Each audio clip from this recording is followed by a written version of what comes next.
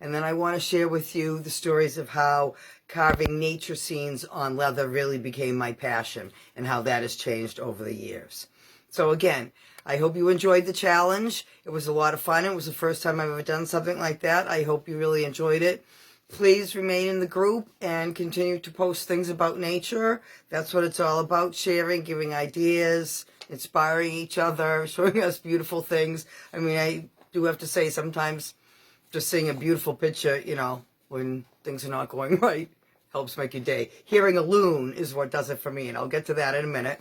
The other thing I want to talk to you about is I want to welcome you as a VIP Insider. You're now on my VIP Insider email, and so you'll get an email from me about once a week, and it will tell you about special sales I have, which you will get special discounts, deals. I have a special 20% offer for you for participating in the challenge and signing up. You'll find the discount code in the email, but it is a 20% discount. You'll also get early bird access to my product launches, which again, one is coming up in February, and special discounts and deals at other times of the year. Early bird access to the limited edition of collections. So now I want to get to how carving leather, pictures on leather, became my passion.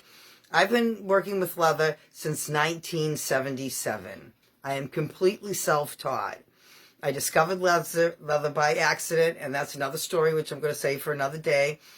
But for right now, I want to talk about the actual carving of the pictures. So what I really started out with were things like belts, because that was what they had a lot of information. So the tooled belt designs like this. But they also, again, from belts, had carved scenes to make on belts.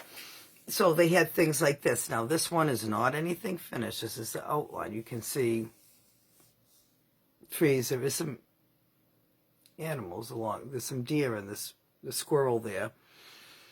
It's very difficult to carve animals on something this size. And when you're starting out trying to carve really little, this size, I mean, carving huge would be difficult too. But carving very small, first starting out, was very difficult. So these things became a little bit more of a challenge. I still, bring it on. My parents had a place on Winnipesaukee in New Hampshire, and so loons became really my favorite bird. And so when I started to try to carve things my own and to make some other things, I wanted to make something that was more functional. My mother didn't wear belts, so my mother was a bird lover. We all loved the loons, but I was trying to think of things my mother would like.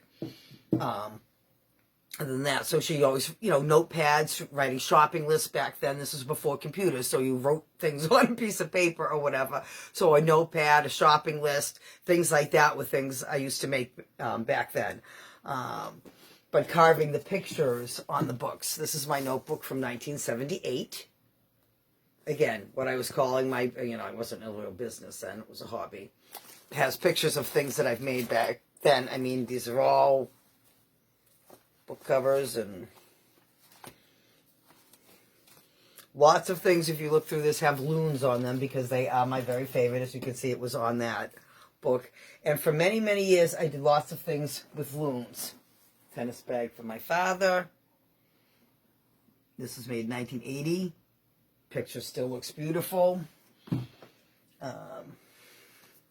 So lots of the book covers and things like that. Another thing with birds, because again, my mother was a bird lover, so birds were something that still I'm passionate about. But as time went on, book and computers became the thing, and the phones, and everybody having the phones with them all the time and can write lists on those and so forth. Book covers have become not as popular. Checkbook covers were something I sold tons of years ago. Nobody carries a checkbook anymore, unless they're my age or, a little bit older. They just don't anymore. So the kind of things with the carvings became kind of obsolete. They aren't selling as much anymore. So I have all these beautiful pictures that were for book covers. That's a tiger. Panda for a checkbook cover. This is for a box of some sort I had. Then I started doing a little bit like we're going to be wall hangings because I thought, well, maybe people would buy those. And I did sell some of those, but when the economy went really downhill, budget was tough. So these were a little more expensive because they're larger and more, detailed. People didn't want them. So now I have all these pictures And I really don't know what to do with them. I guess these plaques I could finish, but again, I'm not really sure if I want to take them from show to show if nobody's going to buy things like this. So, saddened because I couldn't make things like this, or because people weren't interested in them anymore, and to lug them around to shows, big notebooks like, you know, this, whether it's empty or not, it's pretty heavy to carry around to a show and awkward. So I decided to try to think of some smaller things that I could make that still kept that passion. So that's where I started making the feathered jewelry. And feathers were very popular a few number of years ago, so these became very popular. Being leather, they're very lightweight, so based on real birds. So this is a teal macaw. This is called the pink robin. That's a barrette. So see, all different things: earrings, barrettes, necklaces, another barrette. But again, all different colors based on the real colors of birds. So now I can still paint and get the beautiful colors in, which I love. So that was working for me for a while. But what I really wanted to do was, so necklaces and things like that, was the butterflies. Now these were something, again, when I started in the 70s, were very popular. The hair sticks. To put your hair in a bun or ponytail or whatever.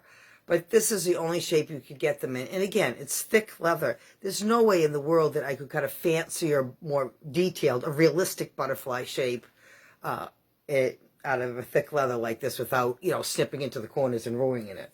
So that was my dream for a lot of years. Well, in 2020, right weeks before we went into lockdown here because of COVID, I bought a machine called the Glowford, which is a laser engraver. And now I could make beautiful, beautiful butterflies in tiny, tiny sizes. So again, earrings.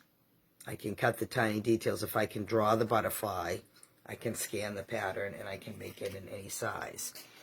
So I can make it for the hair pieces. I can make it,